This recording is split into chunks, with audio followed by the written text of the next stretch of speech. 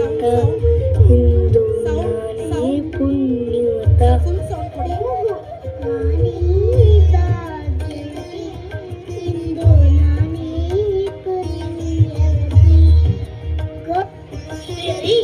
ಶ್ರೀವತ್ಸ ಬಾಗಿಲಿಗೆ ಬಂದ ಮುತ್ತನ್ನು ಆದೇಶಿಸುವ ಅಲಕ್ಷ್ಯ ಶ್ರೀ ಎಂದು ಕುಯ್ದರೂ ಕಣ್ಣು ಬಿಟ್ಟು ನೋಡೋಷ್ಟು ನಿರ್ಲಕ್ಷ್ಯ ಋಷಿಮುನಿಗಳ ಪೂಜೆಗೆ ಹೋಗುತ್ತದೆ ಮಹತ್ಯವೆಂಬರಷ್ಟು ಅಹಂಕಾರ. ಮಹರ್ಷಿ, ನೀವು ನಿಮ್ಮ ಆಗಮನದಿಂದ ವೈಕುಂಠ ಪಾವನವಾಯಿತು. ನಿಮ್ಮ ಪಾದ ಸುಖಿ ನಾನು ಧನ್ಯನಾದೆ. ದಯಮಾಡಿ ಕುಳಿತುಕೊಳ್ಳಿ. ಎಂಥ ಅನಾಹುತ ಆಯಿತು ತಪ್ಪನಿಧಿ. ವಜ್ರಕಠಿಣವಾದ ವಕ್ಷಸ್ಥಳಕ್ಕೆ ಒದ್ದ ನಿಮ್ಮ ಕೋಮಲದ ಕಮಲ ಪಾದ ಅದೆಷ್ಟು ನೊಂದಿದೆಯೋ ಏನೋ.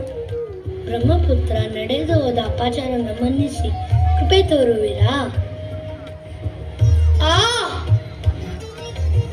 ಅಚ್ಯುತ, ಅನಂತ, ಗೋವಿಂದ, ಸಿಂಧು ಆಶ್ರಿತ ಬಂಧು, ದೇವದೇವ, ಸೃಷ್ಟಿ ಸ್ಥಿತಿ ಲಯಕ್ಕೆ ಕಾರಣರಾದ ತ್ರಿಮೂರ್ತಿಗಳ ವಿಷಯಗಳನ್ನೇ ಪರಿಶೀಲಿಸಲು ಹೊರಟ ಪಾಪಿಯಾಗಿಬಿಟ್ಟೇನೆ ನಾನು.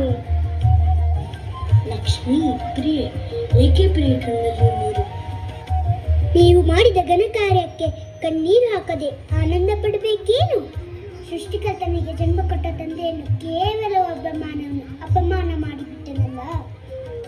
ರಮ ಭೃಗು ಋಷಿ ಮಹಾಜ್ಞಾನಿ ಯಾವುದೋ ಗುಣ ಕಾರ್ಯವನ್ನು ಸಾಧಿಸಲು ಸಲುವಾಗಿ ಇರಬಹುದೇ ಹೊರತು ಅನ್ಯತವಲ್ಲ. ಇಷ್ಟಕ್ಕಾಗಿ ನೊಂದುಕೊಳ್ಳೋದು ಸರಿಯಲ್ಲ. ಸಮಾಧಾನ ತಂದುಕೋ. ಸಮಾಧಾನ? ಮಹಾಲಕ್ಷ್ಮಿಗೆ ಅಪಮಾನ ಮಾಡಿದ ಆ ಭೃಗುವಿಗೆ ತಕ್ಕ ದಂಡನೆಯಾದಂತೆ ನನಗೆ ಸಮಾಧಾನ. ಅದೇ ಭಕ್ತನಿಗೂ ಭಗವಂತನಿಗೂ ಇರುವ ರೀತಿ. ನಿಮಗಲ್ಲ, ಅವನು ಒದ್ದಿ